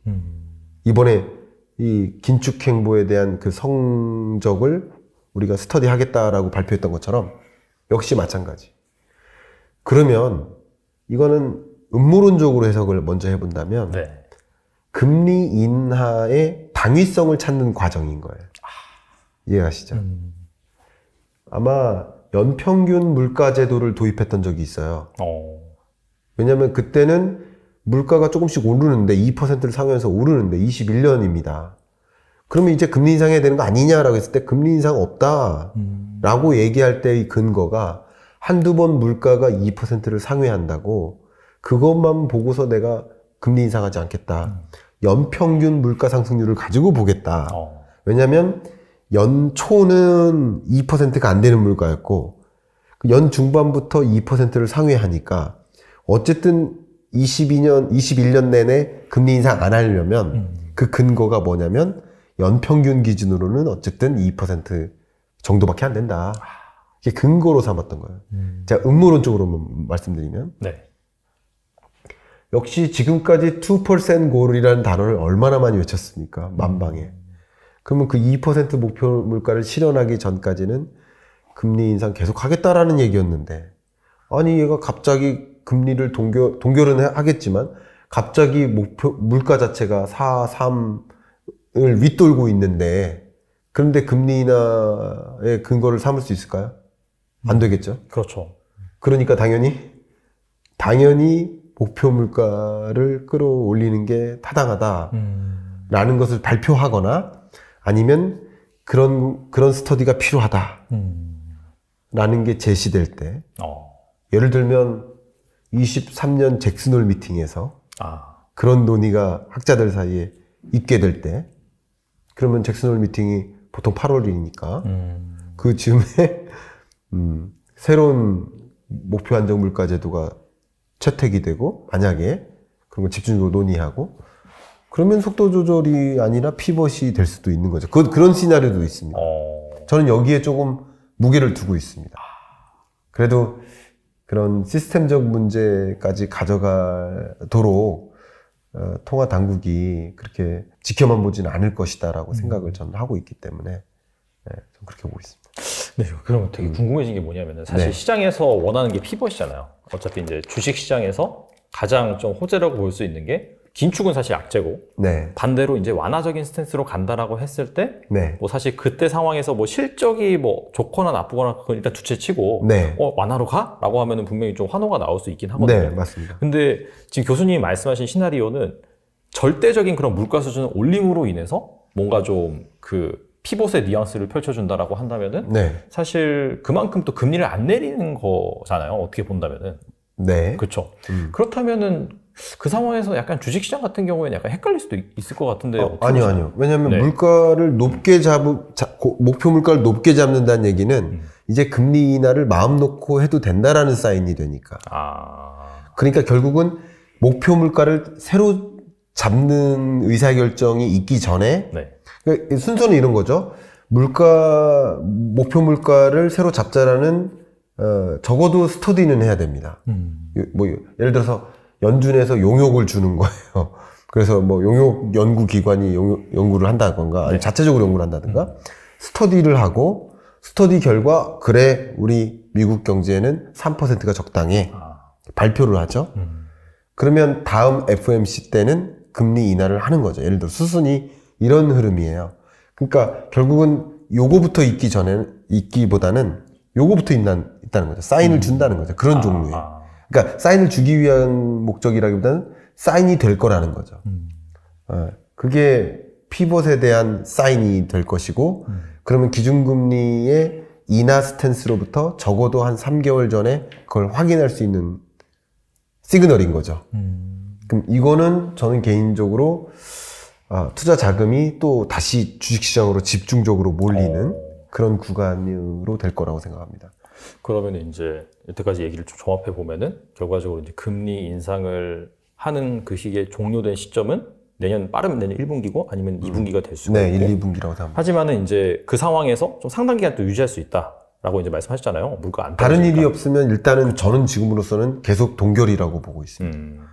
그렇다면 그런 피봇이 되는 시점 그리고 거기에 이제 D-한 3개월 정도? 네. 그때가 이제 주식시장이 좀 선행한다라고 네. 이제 말씀하셨으니까 그렇다면 뭔가 이게 투자자 입장에서는 어느 정도 주식으로 약간 시선을 돌려야 되는 시점이 네. 정확하게는 알 수 없지만 한 네. 대략적으로 언제쯤이라고 그렇게 보면 23년 빠르면 3분기, 늦으면 4분기겠죠. 그 정도. 피봇에 대한 그 어떤 시그널을 알리는 시점. 그렇죠? 그러니까 피봇에 대한 시그널은 바로 그런 거라는 거죠. 저는 그렇게 생각합니다. 물론 이런 금융 혹은 시스템적 리스크가 정말 발생하면 굉장히 빠른 속도로 그게 달라질 수는 있겠죠. 네. 말씀하신 대로 좋은 지적이시고요. 네. 근데 그런 리스크는 그것의 영향력은 강합니다. 이번에 리스크 워치를 보니까 영향력은 강해요. 네. 그러나 그것이 발생할 가능성은 낮게 보고 있는 거예요. 그러니까 그것을 그냥 정상적인 시나리오로서 보기엔 좀 어렵지 않을까. 개인적으로는 그렇게 판단하고요. 가능성도 있겠지만. 근데 지금으로서는 좀 왜냐면 미국 물가 상승률이 소위 9, 8을 찍다가 올해 이제 11월, 12월이 8, 7을 찍을 거예요. 그러면 소위 23년 되면 이제 상승 속도가 상당히 많이 둔화되긴 할 텐데, 둔화되는데 이 상반기는 빨리 안 둔화돼요. 기저효과가 없어요. 그렇구나. 왜냐면 기억하시겠지만 6, 7, 8월 이 정도부터가 이제 말 그대로 인플레이션인 거거든요. 그러니까 이제 상반기 대비 22년 상반기 대비 23년 상반기의 물가 상승률 그거는 빠르게 잡힐 만한 그런 구조라고 보이진 않습니다. 그러니까 이제 결과적으로는 이 상고하저죠. 물가로 봤을 때는. 그러면 좀 아무리 좋게 봐도 23년 내 미국 물가 상승률이 상반기는 6.5 그리고 하반기는 5.4 이런 느낌이라고 생각해요. 우리나라는 그거보다 1%포인트 정도 아래. 예, 예를 들어서 5.4 그리고 3.4 그런 느낌이라고 보면 좋아요. 그렇기 때문에 어쨌든 이 높은 물가를 가지고 금리 인하를 해버리면 연준의 대형 실패죠. 그죠? 지금까지 말 거짓말이 되는 거죠. 그거는 좀 하기 힘듭니다. 그렇겠네요. 사실. 그렇죠. 탄핵되지 않는 한. 탄핵이 되면 됐지. 자기가 그렇게 말해놓고 그 세계가 파월의 입에 주목하는 그런 기사가 그냥 이렇게 됐는데, 올해 내내. 그런데 자기가 2%라는 그 목표 물가를 그렇게 강조해놓고 2%가 도달되지 않았는데 금리 인하를 한다? 그것은 파월 입장에서 그걸 받아들일 수는 없을 것 같아요. 그래서 받아들이려면 근거가 있어야 되는데 그 근거가 이렇게 된다라는 거죠. 그래서 이런 게 가능한 시나리오다. 그렇게 보고 있습니다. 사실 뭐 41년 만에 전례 없는 인플레이션, 여기에 따라서 뭐 주식시장이라든지 채권시장 가격이 좀 너무 많이 하락하긴 했는데, 네. 반대로 본다면은 사실 어떻게 보면 우량 자산을 좋은 가격에 네. 매입할 수 있는 기회고, 네. 그런 관점에서 약간 좀 성장하는 섹터, 산업 이런 것들을 잘 살펴봐야 되는데, 네. 책에서 보면 이제 미래 전략 사업으로 네. 반도체, 미래 모빌리티, 디스플레이, 뭐 바이오 헬스케어, 2차 전지 네. 이런 것들을 이제 선정해 주셨잖아요. 네. 투자자들이 특히나 이제 이 중에서 많이 관심을 갖고 이제 투자하고 있는 게 이제 반도체랑 2차 전지인 것 같아요. 네, 네. 그래서 이 두 산업에 대해서 이제 어떻게 보시는지 좀 궁금하거든요. 네, 지금 이제 반도체 강국으로서 반도체 위기 상황이죠. 저도 이제 삼성전자 반도체 사업부에 지지난주에 갔다 왔는데 근데 쉽지 않죠. 왜냐하면 디램 가격도 많이 떨어지고. 그러니까 이건 경기 침체와 맞물려요. 반도체 사본 적 있으세요? 여러분 실제 반도체요? 반도체 사본 적 있으세요? 반도체 아무도 안 사봤잖아요. 그렇죠. 간접적으로는 사죠 항상. 제가 드리는 얘기가 그거예요. 간접적으로 사는 거지. 네. 우리가 반도체를 돈 주고 사는 사람 없잖아요. 그렇죠. 그러니까 중간재라는 뜻이에요. 반도체는. 중간재라는 얘기는 뭐 자동차에 200~300개 들어가고 전기차에 뭐 한 700개 들어가고 스마트폰 속에 들어가고 TV에 들어가고 리모컨에 들어가고 여기저기 다 들어가는 거예요. 그리고 생산 설비에 많이 들어가죠. 생산 설비. 근데 23년을 놓고 보면 말 그대로의 경기 침체인데 반도체 시장 입장에서는 설비 투자 위축되고 가계의 내구재 소비가 줄어요. 근데 또 안타깝게도 이 내구재의 교환 주기를 내구재는 말 영어로 듀러블 해야 돼요. 그러니까 이런 커피 같은 경우는 사는 이유가 오늘 먹기 위해서 사니까 직접 소비재인데 이 내구재 같은 경우는 적어도 2년 이상, 3년 이상 쓰기 위해 사는 텔레비전을 1년 쓰려고 사진 않잖아요. 그렇죠. 그렇죠. 네. 제가 드리는 얘기가 그거예요. 그럼 교환 주기라는 것을 고려했을 때 20년, 21년에 많이 샀거든요. 더더군다나. 가전제품을. 네. 왜냐하면 포스트 코로나 시대 해가지고 집에서 홈코노미가 등장하면서 그때 엄청나게 많이 교체를 했어요. 교체 주기라는 관점에서도 22년, 23년에 드라마틱한 가전제품의 수요가 있기도 어렵고 자동차 같은 경우도 그렇고 이게 전반적으로 이제 경기가 어려워지다 보니까 구매 여력도 축소되고 뭐 자산 가치도 그렇게 안 좋고 그러니까 소득도 줄고 뭐 그러다 보니까 전반적으로 내구재 소비가 줄어요. 사이클뿐만 아니라 사이클로도 그렇지만 사이클을 제외하고도 23년의 경제는 내구재 수요가 줄어요. 그 내구재도 줄고 기업들의 투자, 설비 투자, 건설 투자 이런 것도 위축돼요. 우리나라 건설 투자 많이 늘겠어요? 이렇게 건설 경기 침체고 미분양 주택 쌓이는데. 네. 그러니까 이런 것들이 결과적으로는 이제 반도체 수요를 줄어들게 만드는 거죠. 그래서 지금 뭐 그런 것들도 한 몫을 했다라고 볼 수 있는 거죠. 극단적인 사례가 애플이 아이폰 14 그 증산 계획을 철회했었던 거. 그게 극단적인 딱 사례죠. SK 하이닉스도 뭐 생산량 목표치를 조정한 거. 그러니까 이제 그런 것들이 실적으로 반영되는 거죠. 안타깝게도 우리나라 반도체에 그렇게 의존적인 나라인데 반도체가 이 반도체를 비롯한 이 5대 미래 전략 산업은 네. 제가 선정했다기보다는 이제 정부가 선정한 것이고 우리나라의 12대 주력 수출 품목 중에 그 주요한 것들이고 이게 앞으로 어떨지를 이제 분석한 거라고 본 건데 반도체 같은 경우는 안타깝게도 총량적으로 좋지 못하다라고 생각을 하고 있고요. 2023년에 국한돼서 말씀하시는 거죠? 네. 그렇죠. 예, 23년 상반기까지 반도체 산업만 봤을 때. 네네. 그리고 또 미중 패권 전쟁이나 중국의 수요도 위축되고 뭐 이런 것들까지 같이 감안한다면 전반적으로 23년 상반기까지는 반도체가 그렇게 좋지 못하다. 그러니까 상대적으로 우리나라가 경기 침체 국면이 조금 더 빨리 찾아온 그 기울기가 더 빠를 수는 있죠. 우리나라가 좀 그런 측면이 있죠, 사실. 있죠. 네. 네. 그러니까 다른 나라들도 이게 세계 경제가 제가 그 책에는 그래프로 제시를 했는데 L자형이거든요. 네. L자형이라는 게 소위 우리 세계 경제 성장률 기준으로 뭐 4%대였다가 22년 들어서 3.22%로 떨어지고 그리고 23년에는 2.7%로 떨어져요. L자인데 좀 눕는 L자죠. 이게 세계 경제의 앞으로 흐름이에요. 근데 이 흐름 속에 선진국과 신흥개도국을 구분해서 이렇게 생각을 해보면 L자 밑에 있는 게 당연히 선진국이겠죠. 성장률이 낮으니까. 네네. 근데 그 기울기가, 꺾이는 기울기가 더 가파라요. 그러니까 선진국들의 침체예요. 23년은. 네. 미국, 유럽. 근데 신흥개도국들은 나름 버텨요. 성장률로는 3.7, 3.7. 근데 신흥국 중에 외환위기 가능성이 높거나 이미 외환위기에 처한 나라들이 있거든요. 이들을 제외해놓고 나머지 아시아 신흥국, 특히 아태 신흥국, 이들은 괜찮아요. 굉장히 견조합니다. 견조한 이유가 중국으로부터 공장이 이동하고 뭐 이런 것들도 같이 맞물리는 거예요. 그리고 포스트 코로나 시대에 이제 진입한 거예요. 마치 우리나라 21년 끝자락의 모습? 그게 이제예요. 왜냐면 백신 보급 속도가 훨씬 열의했어요. 아프리카 같은 경우는 현재 백신 접종률이 25%가 안 돼요.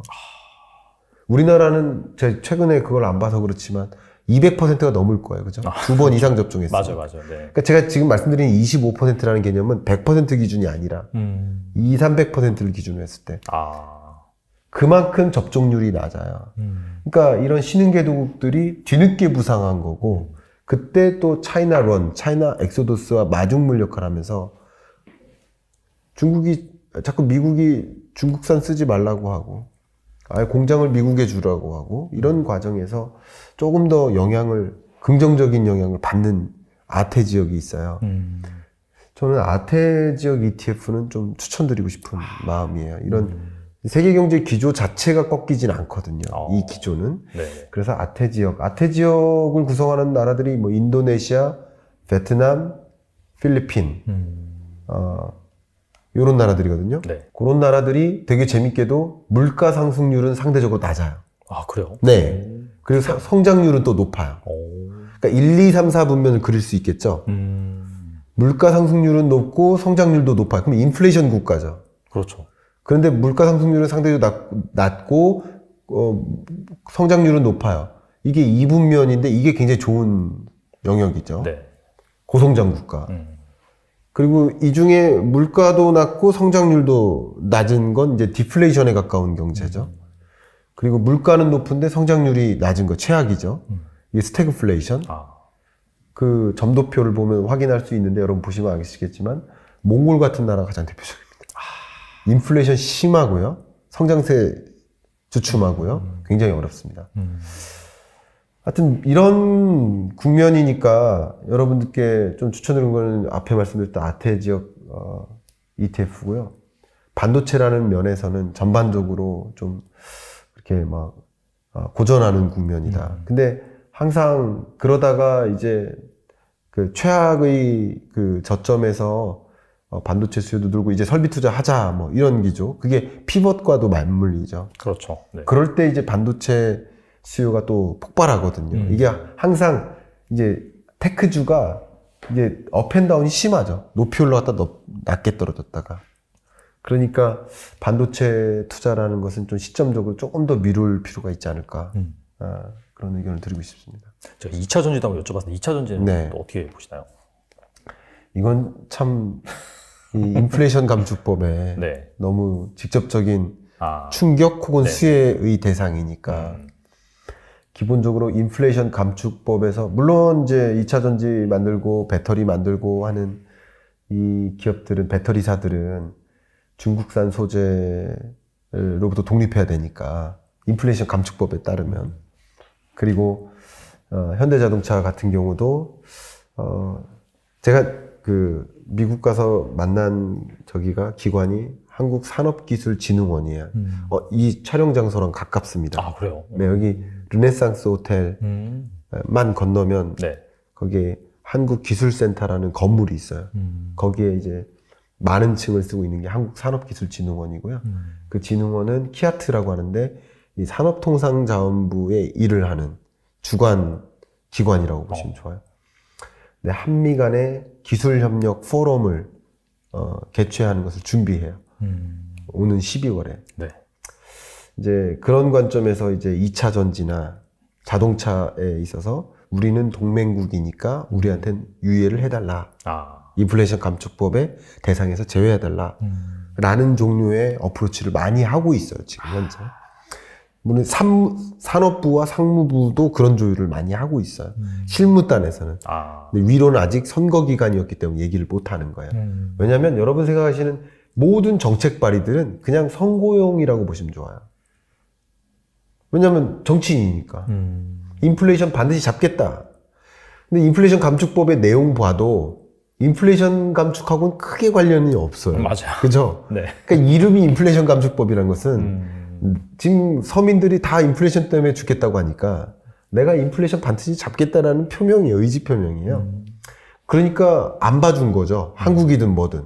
근데 중간선거가 이 영상이 여러분 받아들일 시점이면 중간선거가 끝난 시점이니까 결과가 어느 정도 나온 상태니까 그 이후에는 이제 선거용 멘트가 그렇게 의미가 없고요. 적어도 이제 상원은 몰라도 하원 같은 경우는 지금 결과가 나온 게 공화당이기 때문에 인플레이션 감축법에 대해서 그대로 지지를 하지 않는 입장이에요. 적어도 이제 동맹주의 성격이 있거든요. 네네. 동맹주의니까 한국 같은 동맹국은 당연히 유예를 해주거나 유연하게 적용을 해주거나 연기를 좀 해주는 거. 연기의 의미가 뭐냐면 현대자동차가 조지아 공장을 짓고 있잖아요. 맞아요. 네. 그러니까 이게 다 완공되는 시점을 좀 앞당기겠다고까지 했어요. 우리 기업이나 중개 공공기관 입장에서는 그렇게까지 얘기했어요. 그러니까 네. 봐줘라. 근데 선거 전에는 봐줄 수가 없죠. 그걸 딱 단호하게 내가 물가 잡겠다. 자국우호적인 그런 역할을 계속 보여줘야 서민들의 표를 얻는 거예요. 경기가 워낙에 안 좋으니까. 경기가 좋을 때는 보호무역 조치적인 정책 발의를 안 합니다. 경기가 안 좋으니까 보호무역주의적인 거, 우리나라를 위한 거, 국가주의적인 그런 걸 발의하는 건데, 근데 중간선거가 끝나면 당연히 그게 유예되고 이렇게 됩니다. 그러니까 그런 면에서 수혜들이 많이 있는 거죠. 다만 지금은 좀 불확실한데 이 상원이 어떻게 될지 모르겠습니다만 기본적으로 일단 공화당이 많은 여석을 차지한 국면이기 때문에 인플레이션 감축법이나 거기에 지지를 받는 재생에너지 산업 그런 영역에 긍정적인 기운이 덜할 겁니다. 옛날엔 기대감이 이만큼이었다면 약간 좀 줄어들 수가 있다. 네, 줄어들 수 있습니다. 그건 왜 그러냐면 이 공화당 사이드는 전통 에너지 산업을 좋아해요. 맞아요. 네. 트럼프 공약 보세요. 기억하시죠? 셰일가스. 네, 전통 에너지 산업을 강조하기 때문에 예산 삭감을 주된 카드로 갖고 있는데 예산을 삭감해도 어디를 중심으로 삭감할까요? 삭감하더라도 당연히 자기 정당의 입장과 반하는 영역에 삭감을 많이 하죠. 그렇죠. 그러니까 그런 것들은 어쨌든 그러니까 긍정과 부정이 있는데 그 긍정과 부정을 잘 가감해 보시면 좋을 것 같아요. 그러니까 긍정적인 사인도 물론 있고 유예나 이런 것들, 근데 부정적인 사인은 아예 그 산업 자체에 대해서 지지를 안 하는 방향성 이런 것들도 좀 보시면 좋겠고, 그럼 기업들이 미국의 예를 들어 풍력 수출, 태양광 수출하는 그런 기업들도 그 비중이 있어요. 유럽 수출이 몇 퍼센트 차지하고 미국 수출이 몇 퍼센트 차지하고 이게 있어요. 근데 유럽은 계속 가거든요. 네네. 그러니까 상대적으로 미국 수출 의존도가 높은 나라들은 재생에너지 산업이 좀 영향을 받을 수 있고 상대적으로. 근데 유럽 비중이 높은 뭐 풍력 기업이다. 그러면 그 영향을 덜 받는 거죠. 그러니까 이런 것들도 있으니까 이런 기준을 삼으셔서 제가 말씀드렸던 이런 기준들을 삼으셔서 옥석 가리기를 좀 해보시면 판가름이 날 거라고 생각이 됩니다. 알겠습니다. 뭐 말씀 들어보니까 맘 편하게 좀 투자할 만한 데는 그 아까 말씀하신 아태지역 그쪽이 이제 좀 네, 저는 좀 그렇게 무게를 두고 있어요. 알겠습니다. 네. 그리고 그 지난번에도 나오셔서 네. 이 원자재 강세 계속해서 말씀해 주셨는데 이 역시 그 내년에도 지속될 수 있다라고 또 이번 책에서도 말씀하셨잖아요. 그래서 일단은 유가 같은 경우에는 한 130불 지난번 6월에 찍고 거의 한 80불, 70불 때까지 내려가나 했다가 최근에 다시 약간 좀 반등하는 그런 흐름인 것 같고 곡물 가격도 약간 고점 찍고 내려왔다가 최근에 다시 좀 스물스물 올라오고 있는 그런 모습이긴 한데 일단 그렇게 보신 이유가 좀 무엇인지 궁금합니다.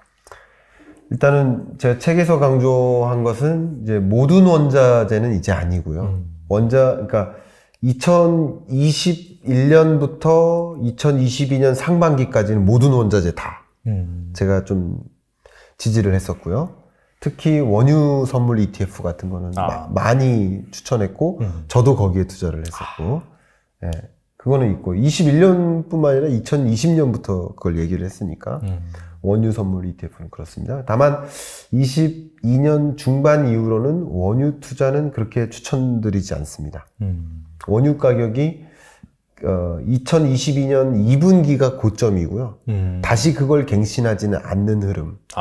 이렇게 전망하시면 좀 맞을 것 같고, 저는 이제 제가 원유 국제 유가를 전망하기보다는 국제 유가 전망치는 EIA 미국 에너지정보청 전망치를 준용해서 말씀드리는 것 뿐이니까 저는 그렇게 바라보고 있고요. 네. 지금까지는 그게 뭐 틀리지 않고 잘 갔었던 것 같습니다. 네.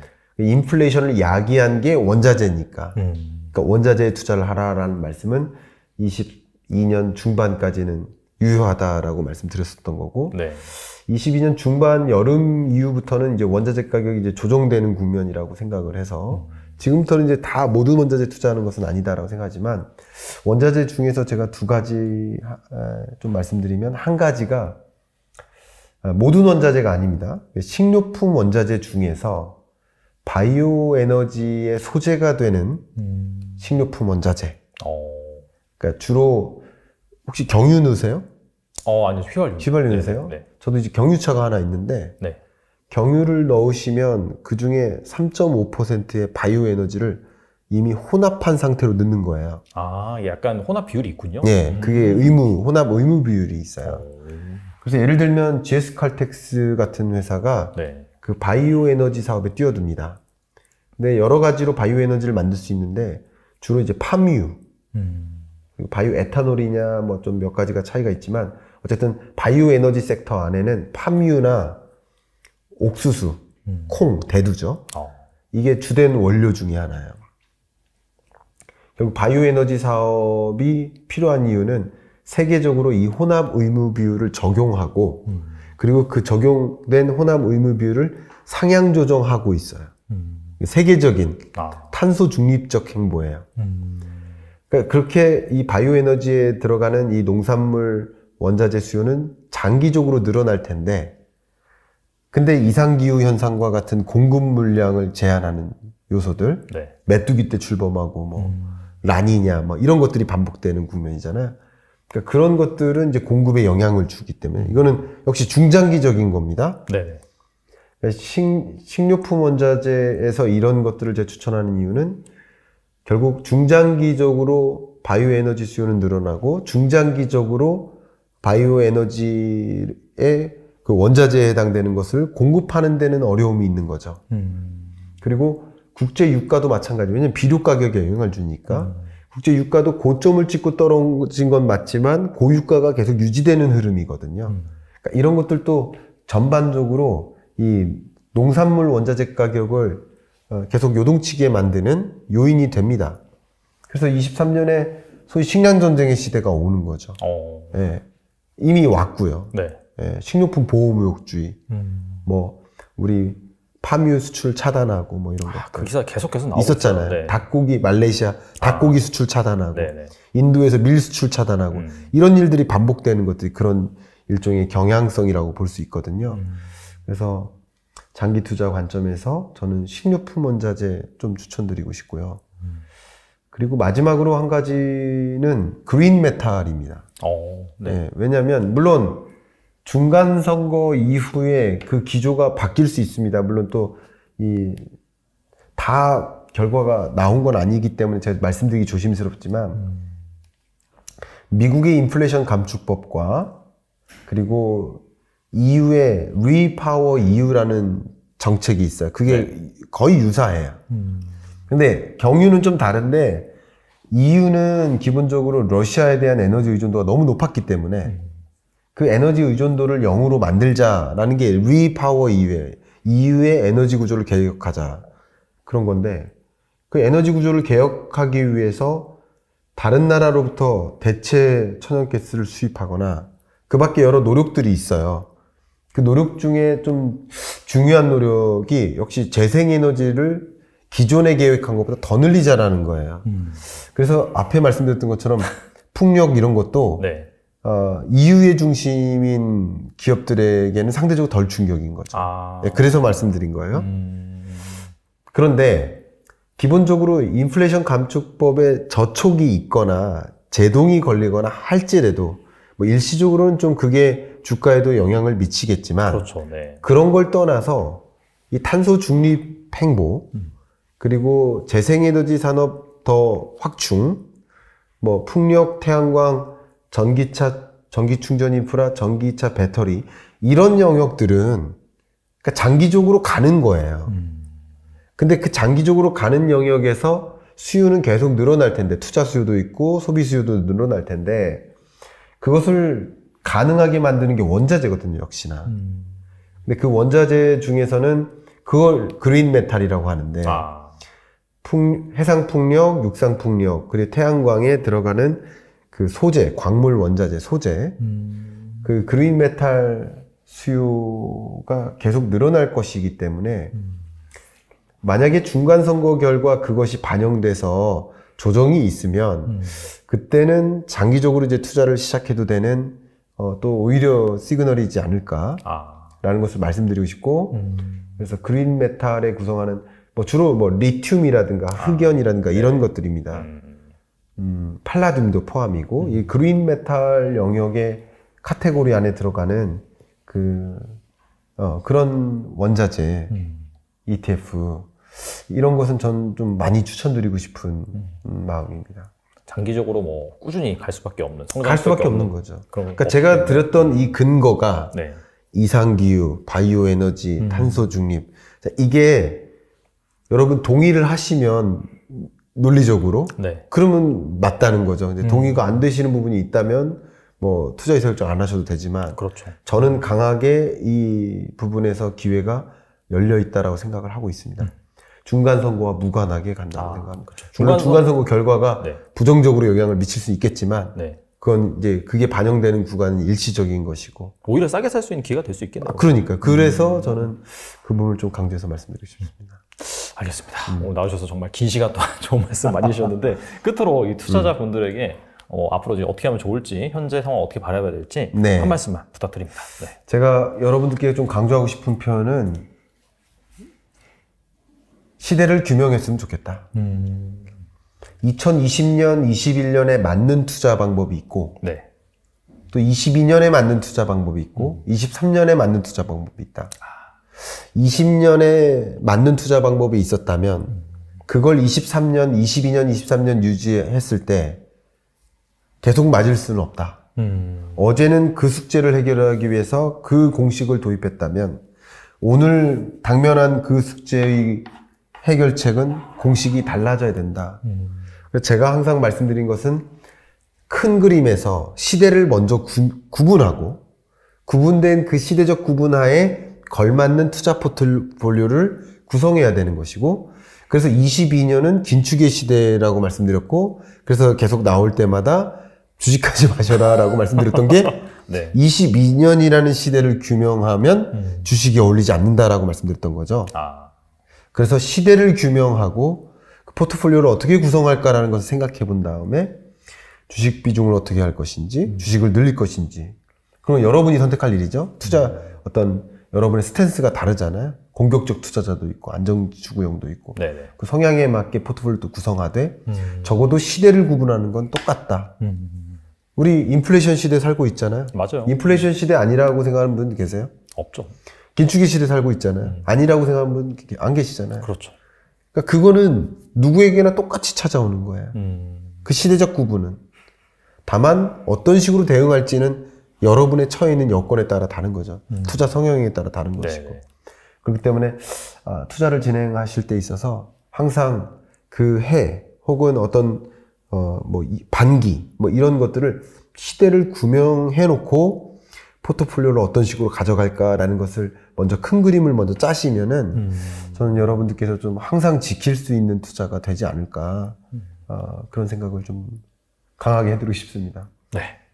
사실 시대적 흐름, 그 다음에 지금 상황, 이런 것들을 정말 잘 판단을 하고 투자를 해야지 내 소중한 자산을 지킬 수가 있고, 사실 당장 내일 주가는 오를지 떨어질지 아무도 모르죠. 근데 하지만은 계절의 변화는 저희가 이제 알 수 있듯이, 그런 계절에 대한 명확한 지침서, 방향, 그 부분이 바로 이번에 출간하신 책이 아닐까 또 생각이 되고요. 그래서 여러분들이 지금 현재 어떤 계절인지, 자산시장에 있어서 어떤 흐름으로 갈 것인지, 그런 부분을 꼭 면밀히 잘 파악해 보신 다음에 추가적으로 이런 상황에서 우리가 어떻게 투자를 해야 되는지 그 부분까지도 잘 실어주셨기 때문에, 여러분들이 보고 나서 동의가 된다면은 또 추가적으로 공부를 더 하신 다음에 그렇게 투자를 하시면 정말 좋을 것 같습니다. 정말 긴 시간 내주셔서 김광석 교수님 감사드립니다. 제가 감사합니다. 2020년, 2021에 돈 못 번 사람들은 정말 부끄러워요. 그건 아무나 돈 벌 때예요. 모든 사람이 돈 버는. 근데 그게 저는 또 2030년 전후로 온다고 봐요. 그럼 그때까지 아무것도 안 하냐? 아니거든요. 그때 왔는데 여러분 준비를 안 하고 있으면 못 잡아요.